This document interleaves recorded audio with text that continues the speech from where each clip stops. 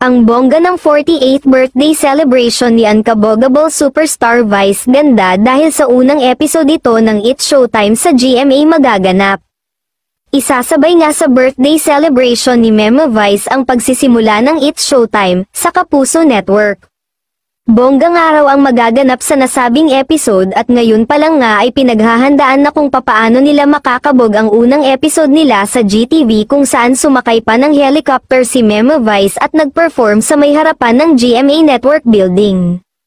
Kung matutuloy ay baka sa studio mismo ng Kapuso Network maganap ang nasabing episode ng Kapamilya Noontime Show at gayon din ang mas malalaking Kapuso stars na makakasama nila sa bonggang opening.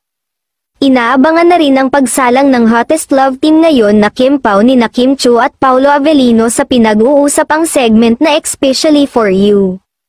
Matatandaang noong biglang bumisita si Paulo sa nasabing segment ay nabanggit na sa birthday episode pa ni Meme Vice sila sa salang sa segment na iyon. Excited na nga ang mga fans sa mga magiging tanong ni Meme Vice sa mga bida ng What's Wrong with Secretary Kim pagdating sa buhay pag-ibig nila. Kaya naman hindi nakatakataka kung biglang trending muli si Kim sa X dahil bet na rin ng mga taong mahanap nito ang bagong magpapasaya sa kanyang puso.